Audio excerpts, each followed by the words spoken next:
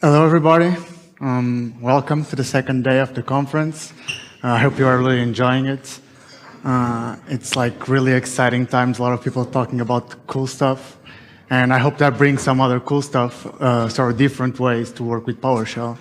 And we'll see PowerShell on the Raspberry, and we'll try to open a door for your ideas with PowerShell.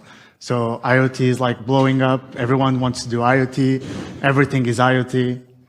So about me, well, this is my first time at this conference and the second time presenting internationally. And as you can see here, I'm not anything related with PowerShell. I do PowerShell as a hobby. I'm a .NET core and Entity Framework core developer. And a lot of the knowledge that I have on PowerShell is because of the .NET core. And I was really surprised that when the Tobias showed that almost 40%, I think, don't know or don't use any C#. I think we could actually leverage that. I'm also a DAI and IoT enthusiast. I'm totally fan, as you can see, about the Raspberry. I love how they're doing, how they stick to their purposes from the beginning. I'm always thinking up new challenges, which is something that I'll talk about here also today, and which is why I'm presenting. And I'm always ready and willing to learn. So in this session, hopefully, we'll learn more about the Raspberry. For those of you who don't know what it is, we'll understand it. How is it able to run PowerShell? I mean, after all, this is a 35 euros computer that fits on your pocket and can run something as powerful as PowerShell and .NET. We'll also see how to install it, how to do remote sessions, which is really useful when you are trying to debug something, because if you leverage the GPIO pins, you can actually debug it from your computer. You have to be connected to the Raspberry to see how, what's the status of that pin or what's the status of that sensor. And I think that remote sessions and learning how to debug a script is really important. Just so that I have an idea, how many people here are familiar with the Raspberry?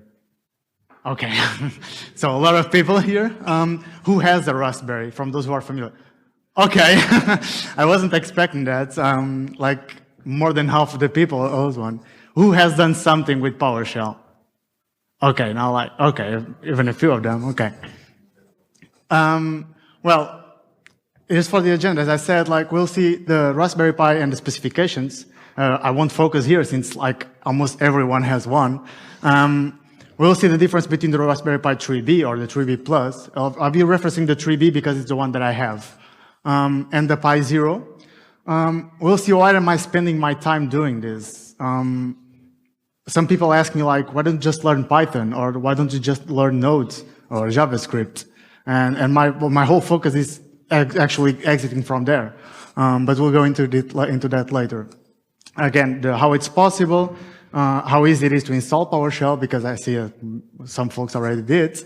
We'll see the Microsoft, the PowerShell IoT module, which will have some cool news about that. We'll see the debug the script and the configure the SSH. And I also have like a little small topic here if you have time for the what's next. What else can you do? So basically, as I said, I'm really passionate about the Raspberry Pi Foundation. It's a single board computer that's been developed in the UK and has been developed by the Raspberry Pi Foundation. When I was, the first time that I was actually looking for more content to edit, and they basically designed a board which their focus was to learn or help people learning how to program in the countries and even continents that don't have that power to get like a full-sized computer.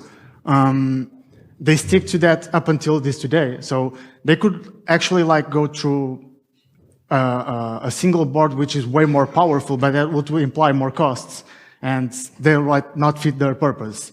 By the first time that I started doing these talks, I searched online for numbers, and by the time that it released the Raspberry Pi 3B Plus, which is one on the Pi Day in 2018, they sold 19 million of units. And from those 19 million, 9 million of them were the Raspberry Pi 3B. So basically they had like the Raspberry Pi 1, the 2, or the 1A, the 1B, the 2, I think, the 3, and the 0, and the 0W. Basically, the specs of the Raspberry, since most of you already know it, it's like it's a single board computer which has like 4 CPUs, ARM v7. It has integrated GPIO. Someone was asking me yesterday if it had like built-in GPU. I wasn't sure, but yeah, it does. It was 1 gig of RAM, Bluetooth, storage, pins, a lot of ways to interact with it, like SPI, I2C protocols, camera interface, tons of stuff, more than enough to get you learning. As for the why am I spending my time doing this? Well, basically this all started because I didn't know almost anything about PowerShell, and I was seeing all the folks like, you can do really cool stuff with PowerShell, you can do this, you can do that, and I was like, okay, I need to learn it, and I need a purpose to do it. I bought the sensor, the LED matrix that I'm about to show you. I bought it initially to learn Python, but then I saw a tweet like, we can now use PowerShell to interact with I2C protocol, and I was like, okay, can we do that? I actually tweeted, and I was like, can we do that? And Tyler said like, yeah, if it talks I2C, you can do it. And I was really excited and jumped in and tried to implement it and was successfully doing it.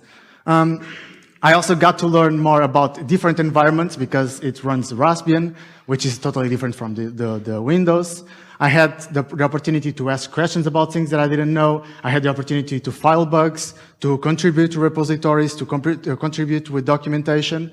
So this goes far beyond the IoT thing. It goes like to, if you are willing to learn something new and you need some kind of motivation, this can be like, for me it was like a catalyst to start learning PowerShell and improve a lot. And as I said, I was trying to learn Python because almost like 90% of the time you try to pick up a project, you can find it either on Python or JavaScript. And I was familiar with JavaScript when I was in college, but I didn't like it. And I wasn't familiar with Python, and I didn't want actually to fully learn a new language. So I thought I could leverage from something different. And PowerShell and .NET, as I say here, are small compared to this in the IoT and the Raspberry community. Although the .NET IoT team is now actually doing a full revamp of the repository, and they are doing a new full implementation of the IoT one, which is really awesome. How is it possible? Well, I wasn't sure if I should put this slide here because the first time I was presenting it, I was like doing for not totally target to PowerShell people, but for both sides, people that know PowerShell and people that know the Raspberry and don't know about PowerShell. But after yesterday, I think like most people don't, I think that the slide said don't know the C# or don't know what it is. I thought I should keep it here. So basically we have PowerShell. And PowerShell, prior to like 2 or 3 years ago, I think, we only had the .NET and we had the .NET framework. And because it was .NET framework, it was not open source, it was fully closed for Windows, it was only powering Windows PowerShell. So hence it was only targeting Windows. But then Microsoft made the move to go open source and had like a lot of contribution, and they created the .NET Core. And with the .NET Core came the PowerShell Core. They are now dropping the core name, which I think it makes sense. But basically, it went like from only Windows to be full cross-platform to macOS, Linux, and Windows. So I have people saying like, why are you doing this in Linux if you have Bash? I mean, I don't even try to argue anymore because the thing that I say always is like, if you have people and you want people to migrate from Windows to Linux, you maybe want to provide the tools for them to do that. So if you have someone that knows PowerShell and is like, for example, a sysadmin, and they fully have a script that is fully working on Windows and they can adapt it to .NET Core, they can leverage from that on Linux. So I think everyone benefits from it. I think people are really struggling with the whole Microsoft and like, Microsoft is not that good, they don't deserve it, etc. stuff. Let's just like jump to the demos and install the PowerShell and almost everything else. So basically, just so we get familiar with the environment, because I'm also not quite familiar with this environment because I'm using a different PC now. We have here the VS Codes. I'm already logged into my Raspberry through SSH. I had to connect the Ethernet cable from the Mac to the Raspberry, set it to share the internet connection, something that I had quite a problem with Windows, because I was able to share it, but wasn't able to get internet. I could only SSH from the Windows to the Mac, the Pi, but the Pi didn't have any internet connection. So this was quite limiting, because I couldn't install the modules, I could install the OpenSSH, and I decided to try to do it here. So basically, and just to get an idea, this is the device that I'm talking about. I know it's a little bit not focused, but this tripod is not that high, and I had none, so actually a speaker lent me one, and I'm really thankful for that. But this is the one that I'll be using. We're using a LED matrix. These LEDs go up, and they turn on and turn off and do cool stuff. So basically, in order to install the PowerShell, it's quite simple. You just need to install like the dependencies. Here, I've already installed it because in case internet would fail. But you just need to make room for the PowerShell folder. And as I say here, make room for the beast. And you can actually download it from the GitHub repository on the release site. But I've already downloaded it, and I have a backup folder. So I'll just copy that to simulate the download. And if we then extract the content and copy the output to the PowerShell folder, we'll see like, this is like what Joey was telling yesterday. The cool thing about here is that you don't even have to run a whole install thing. You can just copy, extract the whole content to a folder. And so I can just like change to that folder and launch PowerShell. And although this is a mighty computer, it's not that powerful, so it takes like a little while. But with this, we already have PowerShell running. So if I try to get the version, we can see here that we are on Linux on 6.2.1, and that's basically all you have to do, all you need to do PowerShell on the Raspberry. So if you don't want to have like anything related with IoT, all you need is just do this, and you are all set. But in this case, I want to, and you can also see all the modules that are available. In this case, we already have the utility and the PS read line. So basically, because I don't want to give like the full path, as on Windows we usually have that path variable, I'm creating here a symbolic link so that whenever I say PWSH, it binds to the location of the PWSH on the PowerShell folder. So now I can type sudo PWSH, and I launch PowerShell with higher privileges. The reason why I'm doing it with higher privileges is because from now on, here I'll be installing the IoT module, and we'll be using it. And in order to use the IoT module, we need to have higher privileges to interact with the hardware, because this goes to like a deeper level. And if we don't have the sudo, it will just throw like a red river saying that it can interact with some things like on the hardware stuff. Basically, so that we get an idea while this module is installing, what Microsoft did with the IoT module is basically they rely on a C# project, which is RaspberryPi, which is basically they had, before the .NET Core came out, they had a mono version. So it was like, I think it was almost like the only fully working version of .NET for the Raspberry before the .NET Core. And basically, when the .NET Core came out, they ported it to the .NET Core, and they've released, and now we are able to run it. Basically, what this library also does is it's wrapping another library called the WiringPi, which is basically a C library. So that we can see we have like a C library, which is wrapped by a .NET API library, which also is wrapped by a PowerShell module. And for folks who don't know C#, I found it like, this can be really confusing, because this whole module basically is done with C#. And yet you can fully leverage, if I import the module and I do like the get command, just so we get an idea, folks who have ever interacted with the PowerShell IoT, please don't answer. But how many comments do you think that we have here? You can throw any number. 5,000. Sorry? 5,000?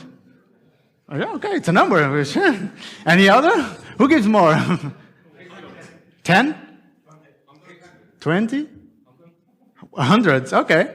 This is interesting. Well, I can tell you that it probably fit in here. We have 6 comments. Basically, we have, maybe I wasn't also very clear, but we have this interacts with like almost anything that the Raspberry does. Like it interacts with the I2C protocol, it interacts with the GPIO pins, and it interacts with the SPI interface. I haven't actually I haven't done anything with the SPI because I don't have anything that uses SPI protocol. But on the IoT repository, they have examples for each case. One of the things that I saw that is missing here is the serial port. They don't have any interaction with the serial port, and I was looking for the reason for it, and neither did the Raspberry IO library because it was something so close on the .NET ecosystem. They didn't have any way to use the serial port except for Windows, because I think it's calling some Win32 APIs to get some lower level on the USB ports. And with the .NET 3, they now have a serial port. Although it's a nightly build, it already supports serial ports on Windows, on Mac, on Linux, also on the Raspberry. And this also opens a whole lot of new opportunities. So basically what we have here is like, for each get, we have a set almost. We have like a get GPIO pin, set GPIO pin, get the I2C device, set the I2C register, and the same for the SPI data. And if you get help, this is not like not that much of helpful, but it helps you to get started. It's kind of slow on the Raspberry. We have like a description what it does, and we have the syntax. So when I was talking to people yesterday about the Raspberry and the GPIO, some people were like, I'm not familiar with the GPIO system. How does it work? Since I see that most people here already has a Raspberry, I'll do a sort of initial assumption that you know the GPIO pins. But basically, you have like, most of the pins have 3.3 volts and 0 volts. And 3.3 represents the 1 and 0 volts represents 0, which is also referred here as you also have the pull mode, which helps you to get a more reliable values. So basically, if you want a pin to, if you read the data sheet and you see like, this has to be on the high value, you get the value if it's right like high or low. And the problem here is that there are mainly 2 different system GPIO layouts.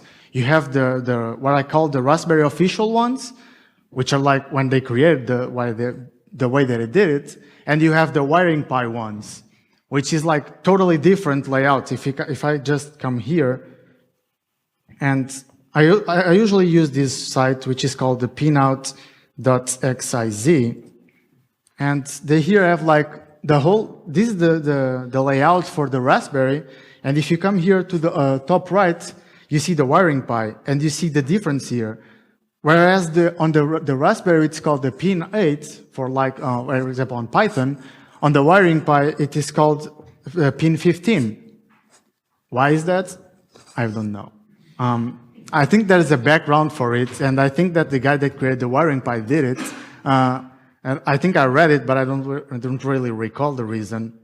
But yeah, that's something to have in mind, because I won't be demoing here today with the GPIO pins. I'll do that on my next session. But there are cases where I use the official GPIO pin layout, and other cases when I use the WiringPi layout, because it depends on which module or framework I'm using. So because I'll not be talking about the GPIO, but I'll talk about a little module that I developed, the module that I was telling you. And I've also already downloaded it. I just copied from my backup folder. And if we change the location here,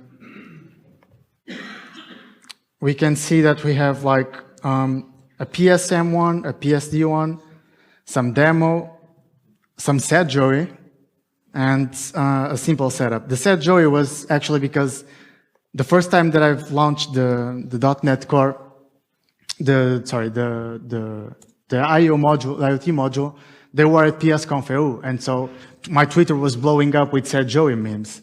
And I was like, I have to do it because by the time I get started, I have to do it. So basically, so we have an idea. I'll be scrolling through the codes and the camera because actually what I'll be writing here will not influence in real time the camera, so it will be static. So if I basically do the initialize set joey thing, we get an error because I didn't .source it.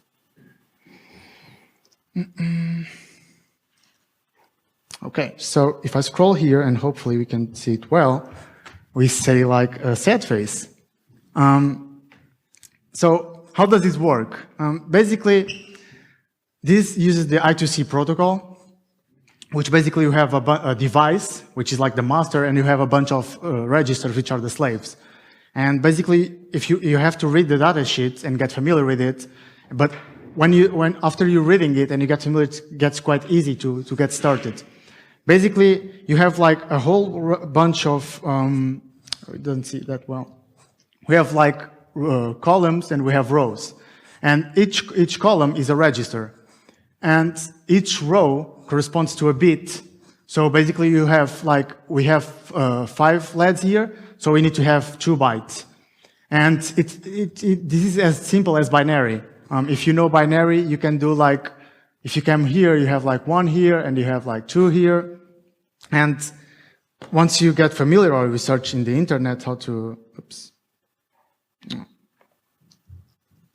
or get familiar how to convert from that, we can see that it gets simple as we have like the whole definition here. So as I said, each device, the master has an address, and this works with addresses. So you say like, if we check, actually, if we check the set I2C device, or I2C register, get comment for this one.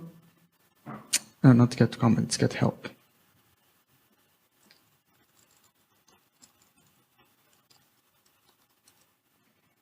We can see here that we have like, what's the device, which is like the master.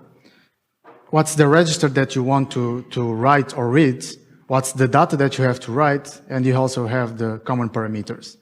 And same for if we do the get register, instead of the data that we want to write, we also have here the data that we'll have to read, how many bytes we want to read. So basically, after reading the data sheet, I found that the device is like 60. This is hexadecimal. This has a configuration values like some devices have some specific configurations. Other you can define like if you want PWM pin enabled, if you want more lights, less lights. I've defined here the addresses that I'll be writing. So I'll be writing on the 4th and the 8th ones. The values, as I was telling you, it's like if you see 1 here, 2, 1 is this one, 2 is this one. So it's basically everything goes down to zeros and ones, and this is not something that, other than the obfuscation guys and the security guys are used to, it's not something that we regularly see in PowerShell. We are working with hexadecimal. So after that, I just get the I2C device. I call it like the P hat, which is the name that this has. I set the device configuration. I define what's the light that I want to have, and for each register, I just iterate through it and write the values. So basically, we then have, also that, after that, we have to update the registers. So basically, after writing each value on the register, you can like update all of them at once, or you can write everything and update at the end, or you can like write one and update, write one and update. So this creates different patterns, and it goes down to whatever you prefer. I've then developed, like, after developing this example, I've implemented the module. And the module goes like, I actually don't have the file here, but wait, what? You can see here. And also, every project that I'm showing you here is actually on my GitHub page. And this is where we're heading now. Because I have it here. The name is not that good, but as a naive thinking, as a naive thought, I was like, this is the name of the driver. Let me just zoom it a little bit. This is the official name of the driver. So if I call it this name, if other people want to use it with PowerShell, don't have to be specifically this device, they can just clone it. Obviously, no one is going to search for this name, I think. So because I haven't copied, this is the issue that I'm having with presenting on the Raspberry and with the Mac. I have forgot to copy the source code for that one. So basically, this is like the whole file. You see? It's good? Okay, let's move on. Now, basically, after finding out how to write the registers or how to get values, I basically created a variable, which is the alphabet, which is like an hash table that has, for each letter, gets the correspondent values that you need to write on the registers. So you have some some letters that require 3 registers, some require 5. This one actually still causes me problems because it sometimes throws some exception. I don't know why, but then it goes good. And basically I have a full working module here. And if we switch back here, we can see that if I get a comment for this module, tab completion sometimes gets slow.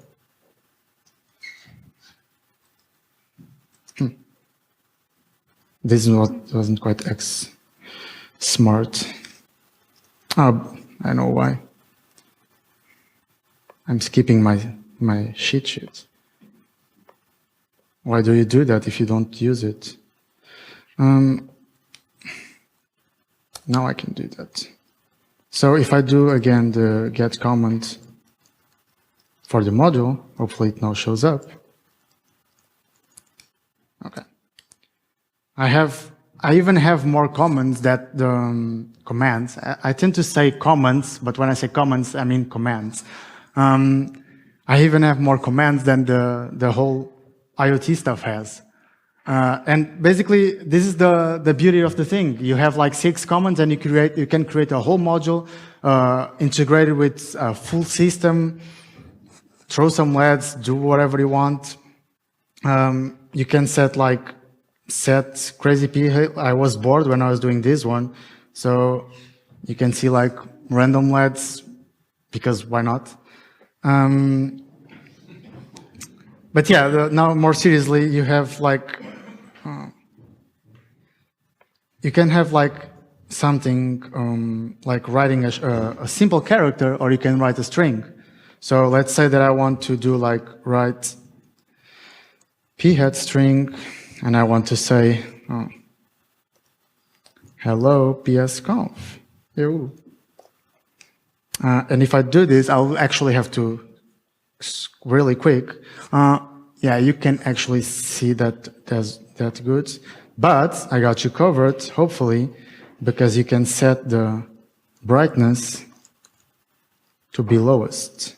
And you probably can see the EU here. If you can't imagine that it's there. But it is there.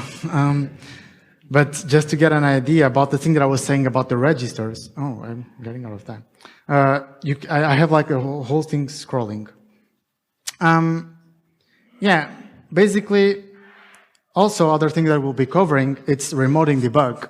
And this is really helpful, and there's this GitHub issue, README, which covers the remoting. I will not be looking into it because I have my file here. And basically, I'll have to purge and install the OpenSSH. Oh, I need to exit PowerShell. I need to purge and install the OpenSSH because The first time that I did it without purging first, it was throwing me some errors saying like, cannot restart the service because the service does not exist. But if I did get service, I would get the service. So he had some confusion. And when I Googled, people on the Linux Stack Exchange said like, yeah, you have to purge the whole configuration and you can start it again. While it's downloading, I'll just remote SSH here because I'll have to edit the... I know why. Yeah, that wasn't that smart. I'll do the configuration on the terminal because I have to open the file, and if I open the file here, it does not go that well. So I don't know if anyone has any questions while this is installing. Okay, there's one question. There's all kinds of I/O pins that you can read and stuff like that. Sorry? There's all kinds of I/O pins that you can read on the Pi. But one of the other ones on the Pi is, as you showed, it actually has a graphic processor. Can you also display graphics to PowerShell? The question is, if I understood correctly, is that if you can display graphics through, on the PowerShell. Yeah, so you can even put like a screen on there. It's like a, sorry? You can actually put a screen on a Pi, right? A screen? Sorry, screen monitor? You can connect it. Yeah, you can display. Yeah, you can display. Yeah. So can you actually display pictures? Yeah. Oh, yeah. You can. I didn't brought it, but you have like a 3.5-inch HDMI display that you put on the top of the Pi with the GPIO, and you have like full HDMI, not full HDMI, but you have HD image, and you even have a touch screen. And you can display graphics. Or on my next session, I'll be running universal dashboard from the Pi. It has, yeah. And you can actually display something through PowerShell that needs to be I'm not sure because I don't know if you probably can do that on Windows, but I'm not aware. I would say that if you can do that on the PowerShell core, you can do it on the Raspberry. Oh, you can do it through. You are saying that you can't do it through PowerShell? I would like to be able to use PowerShell. Yeah. Yeah. I'm not familiar. Like I said, I'm not too familiar with PowerShell. But if you can open a file through PowerShell, which I'm sure you can, if you open through PowerShell the image that you want, the image will be displayed like it's on the regular system. I think. I don't see. I think you can do that.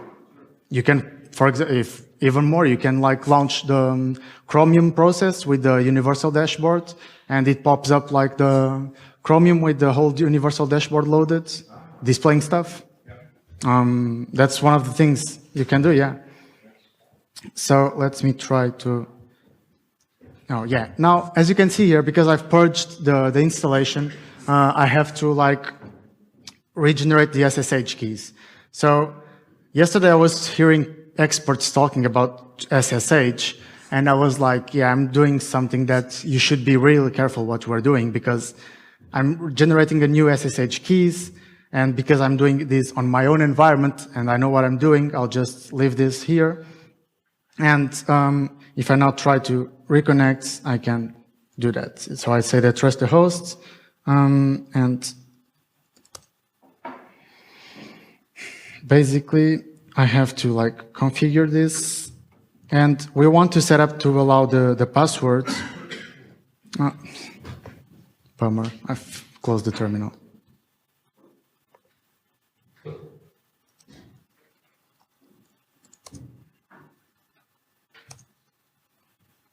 How many time do I have? Around how much? 10 minutes. 10 minutes? Okay. So let's just go really fast here. I need to search for the password. It's not this one. Yeah, I want to uncomment this, and I want to allow password authentication. And I want to add a subsystem for the PowerShell. And notice here that I'm running with sudo because of the hardware interaction.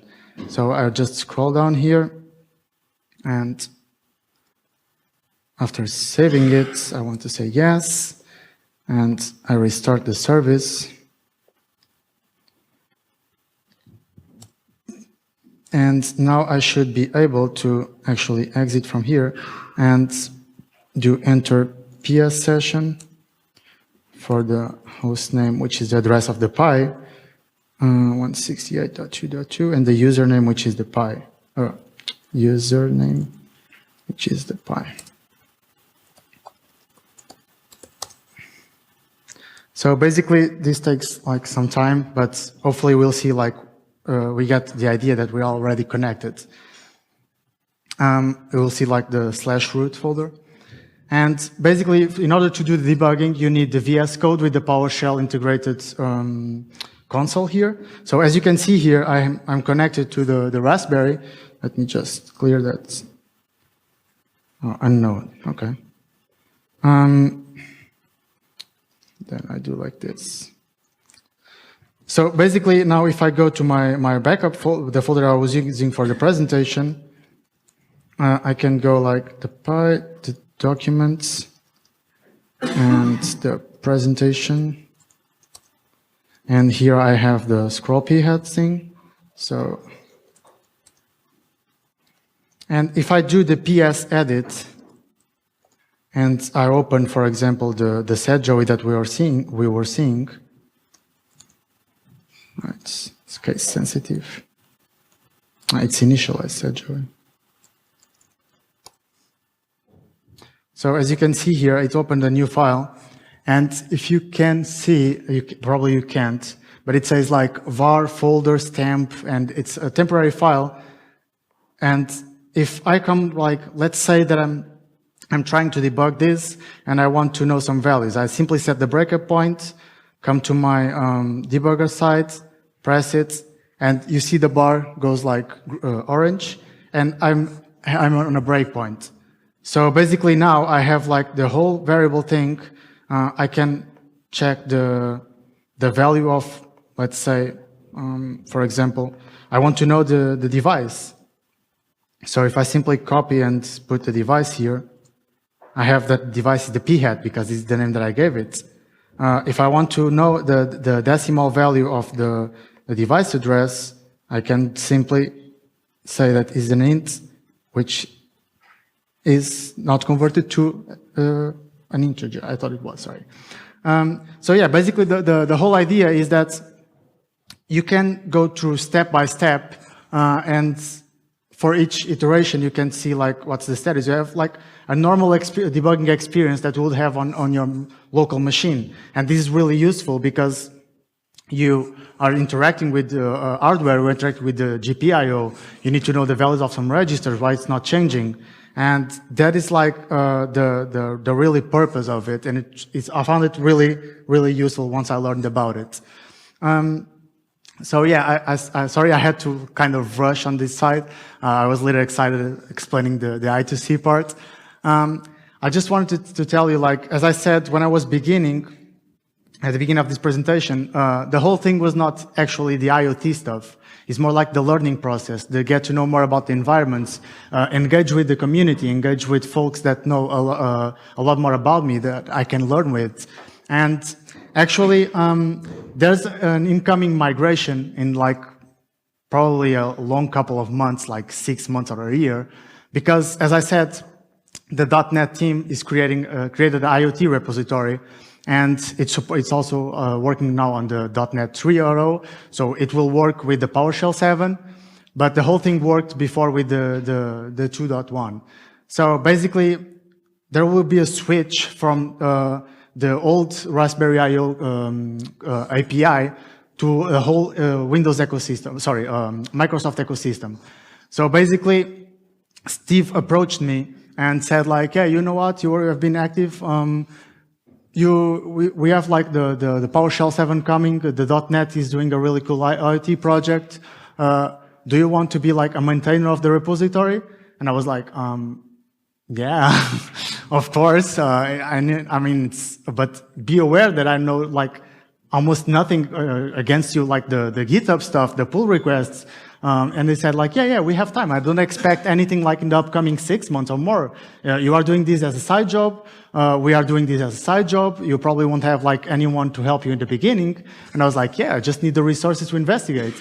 So basically, for me, it's like really clarifying to be like, from not knowing PowerShell and trying to get started, and now I be able to maintain a repository which will do like a huge migration, because the IoT team already has like, I think more than 10, at least more than 10 sensors implemented. So in the near future, you can have like, instead of doing like this more low level stuff, you can simply like create a new object and use it through PowerShell, and you don't have to deal with the bytes and the hexadecimal values again. So that's really, really exciting. I'm really looking forward for it. And also, if you want to get like another idea, the SQL team is developing the database Edge. So basically, this will be able to run on the Raspberry. I'm not fully sure about the process, but you actually can like have a database on your Raspberry. So every information that you collect from your sensors, you can store it on, you can already store it on SQLite, for example, or the, or any other database that supports the Raspberry. But SQL, people are quite familiar with SQL, and people who usually work with PowerShell are familiar with SQL, or the other way around. So in the future, I'm guessing, and I'm excited to try it, but you'll probably have like the whole common sets that you have for the SQL on the PowerShell, you'll probably have it here. So you can query the database with PowerShell on the Raspberry, and you've spent like 35 euros for a computer. So that is really exciting times to come, and I think that IoT will explode even more with PowerShell on the .NET ecosystem. So basically, we saw everything about the Raspberry.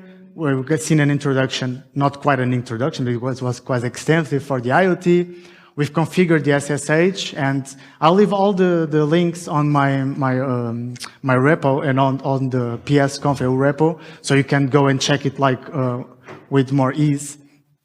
And okay, and you see how to debug a script. I don't know if you have time for questions. Like, yeah, we have. So I don't know if anyone has any questions. Okay, yeah.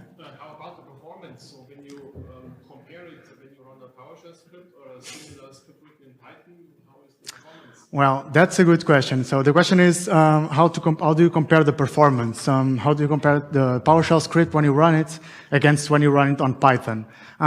Because I don't know Python, I actually only use the Python library to learn about how to interact with, how did they implement it. But I wouldn't say that.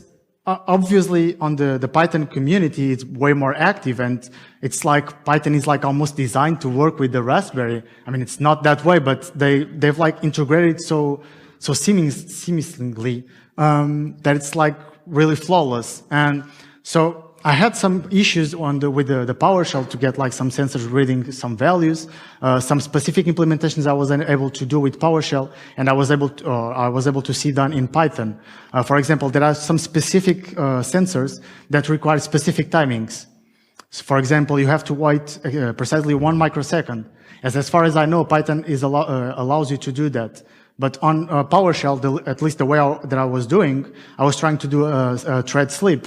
And thread sleep is not reliable at that point, because thread sleep can sleep like for 1 more millisecond, 1 less millisecond, so it's not that precise. So obviously there are features, but for example, the .NET team was able to run the same sensor with the .NET. So I have to like dig, how did they manage to do that? But I wouldn't say that you have like worse performance compared from the PowerShell and Python, because it's not actually like that easy for me to compare. Because if you have it like wrapped on like this script wrapped on a module that loads a bunch of stuff, it will actually probably be slower than a Python, which has been designed to do just that stuff. But I think that I expect to improve that to be improved with the .NET 3.0, because they've said like we've improved the performance about everything like 2 or 3 times. So I expect that to come faster as well on the PowerShell side. Any other questions? No? I think. You have tried to run your stuff on Windows IoT? The question is if I had tried to run stuff on the Windows IoT. The answer is yes and no. I actually got started with when there was the IoT labs in Portugal. I think it was like around the globe, and they stopped in Portugal. And I went there and that's where I got the first touch with the Raspberry. And we did some simple stuff like connecting a sensor and get the temperature, but that's like the only thing that I did. I tried to come back when I started loading PowerShell because Windows IoT has PowerShell. But for some reason that I wasn't able to figure it out and I didn't want to spend time with it, every time that I opened the PowerShell console, it simply crashed. I couldn't type anything. And I've talked to people who had the same issue. I don't know if this was a version issue or what it was. But yeah, to answer your question, I think you can say that I tried, but I haven't written like a whole CS Proj that will leverage that, because that's another problem. I mean, it's not actually a problem, it's the design. There's the Windows IoT, for those who are not familiar, that is able to run C# code. It runs the .NET framework, but it's so specific that it was still like when Microsoft was like closed. If you have any issue, you can't actually go see what's the issue, the problem with the source, and there's not that many people using it. So I found it like to be like more of a bottleneck, and since it came with the .NET Core, which is around the time that I started it, I decided like, yeah, I won't spend time doing a CS Proj here. I'll just move to .NET Core. But for example, there is other sensor that I'll show tomorrow, which was fully implemented for Windows IoT. And I reached the guy and I was like, I don't want to rewrite everything in PowerShell or rewrite the whole library in .NET Core. Is it possible for you to migrate it? And he was like really helpful, like, yeah, sure, it should be easy. One day after, he had like a PR saying like, it's migrated. So after that, I have adapted it, and the guy was using the same library, the RaspberryPi. Or no, sorry, he was using the .NET, already using the .NET IoT team library. So it was like really easy to switch, and I tested, and I was like, yeah, everything works perfectly, really cool. So yeah, I tried it, but I haven't actually dig into it. Any more questions? No? Okay. Thank you very much. I hope you enjoyed it.